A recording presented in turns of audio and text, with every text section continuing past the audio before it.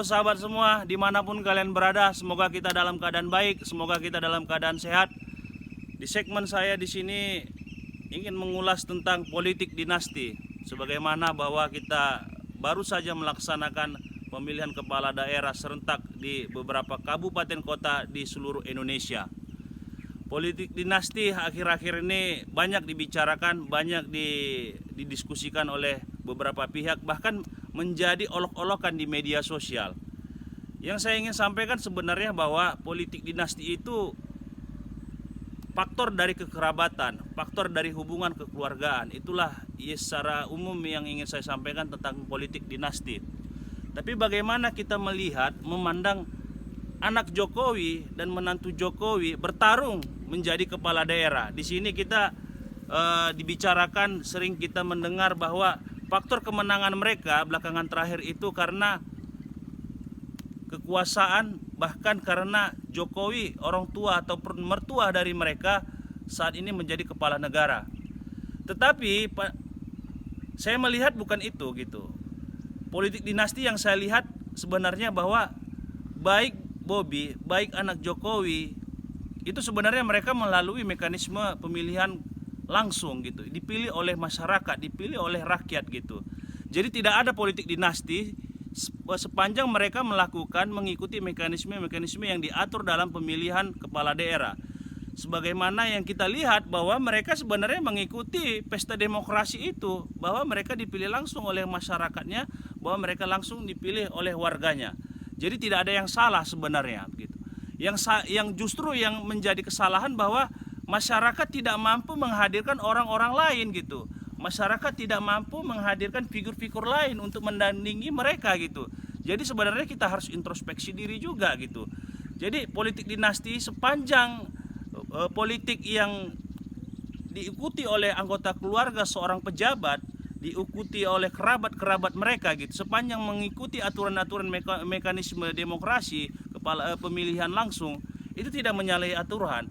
Sebenarnya memang efek dari kekuasaan tadi, efek dari figur atau efek dari tokoh yang menjabat pada instansi tertentu atau bahkan menjadi kepala negara, yang menjabat sebagai kepala negara, itu memang sangat mempengaruhi gitu. Bahwa dia adalah menantu Jokowi, bahwa dia adalah anak Jokowi.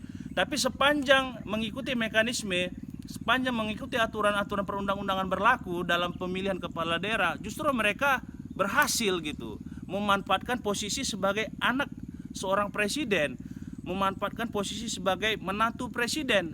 Justru mereka berhasil. Yang menjadi tanda petik adalah ketika mereka kalah gitu.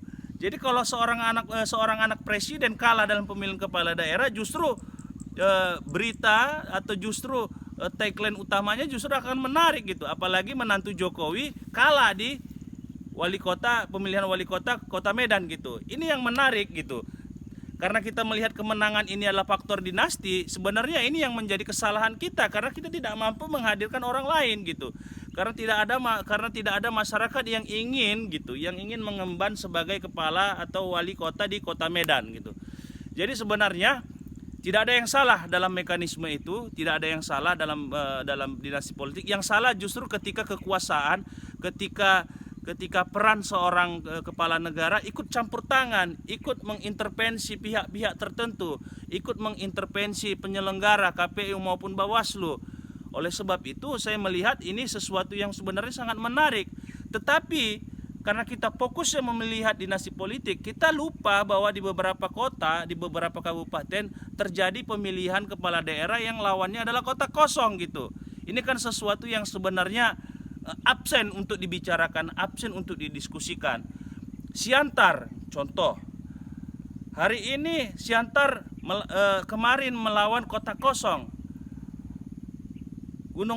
Kota Gunung Sitoli melawan kota kosong. Tetapi kita tidak mau mendiskusikan itu ada apa dalam praktik demokrasi. Justru ini yang sangat bahaya, bahwa demokrasi menghadirkan lawan kota kosong, bahwa pesta demokrasi hanya sekedar mencari orang-orang yang itu saja gitu, orang-orang yang memang tidak ada lagi figur lain di daerah tertentu. Itu yang saya maksud tadi gitu. Oleh sebab itu politik dinasti sepanjang itu mengikuti mekanisme, sepanjang itu mengikuti aturan yang berlaku, itu tidak salah. Yang salah adalah bahwa kita tidak mampu menghadirkan figur-figur yang lain, tidak mampu menghadirkan sosok-sosok lain untuk mengangkat demokrasi itu tadi. Saya kira ini sangat menarik, tema yang sangat menarik untuk dibicarakan oleh kalangan, dibicarakan oleh para pengamat politik, bahwa sebenarnya ada yang menjadi kekosongan saat pemilihan kepala daerah ketika masyarakat biasa, ketika orang-orang di daerah tertentu tidak mampu mengusulkan orang-orang yang mereka anggap berkompetensi dalam memimpin daerah itu. Orang-orang yang memang betul-betul kredibel dalam bidang pemerintahan. Ini yang menjadi perlu evaluasi untuk kita semua. Ketika kita mendiamkan diri, ketika kita tidak mampu tampil ke publik, ketika kita tidak bisa menyaingi atau menandingi orang-orang yang berada di lingkaran kekeluargaan, orang-orang yang berada dalam lingkaran keluarga yang terikat dalam birokrasi yang menjabat sebagai pejabat negara. Jadi sehingga kita selalu fokus kepada orang-orang besar gitu. Kita melupakan orang-orang yang sebenarnya punya kompetensi dalam bidang pemerintahan, orang-orang yang betul-betul punya perhatian, punya atensi serius kepada masyarakat. Dan inilah yang terjadi kekosongan. Bahkan partai politik sekalipun gitu, bahkan partai politik sekalipun justru melihat mencari orang-orang yang punya ikatan kekerabatan dengan kepala daerah lain, atau memiliki kekerabatan dengan kepala negara, pejabat negara, pejabat di kementerian tertentu, atau bahkan di legislatif. Nah, ini partai politik juga perlu kita kritik gitu. Kenapa terjadi pemilihan kepala daerah yang terus mengutamakan orang-orang yang berada di lingkaran kekuasaan, orang-orang atau bahkan dari anggota keluarga yang berada di lingkaran kekuasaan. Ini juga menjadi bumerang sebenarnya bagi kita, menjadi evaluasi bagaimana sistem partai politik bekerja, bagaimana partai politik menghadirkan kader-kader terbaik mereka untuk mengikuti kontestasi pemilihan kepala daerah. Justru yang terjadi, yang kita lihat hari ini, partai politik bukan menghadirkan kader-kader terbaik mereka. Justru partai-partai politik menghadirkan figur-figur lain, figur-figur yang memiliki elektabilitas tinggi, memiliki kesohoran nama besar, memiliki ketenaran karena dia mungkin seorang artis misal, atau seorang anak pejabat yang saya sebutkan tadi. Ini yang perlu kita lihat gitu. Sebenarnya partai politik itu kurang maksimal menghadirkan tokoh-tokoh, menghadirkan kader-kader terbaik mereka untuk menjabat atau untuk memimpin di daerah tertentu. Jadi saya lihat sebenarnya banyak hal yang sebenarnya perlu kita bicarakan untuk tema dinasti politik. Tapi yang jelas, sepanjang anak pejabat, sepanjang anak seorang kepala negara itu mengikuti pesta demokrasi, mengikuti mekanisme yang berlaku, itu tidak salah. Itu saja, sekian, sampai jumpa kembali untuk segmen selanjutnya.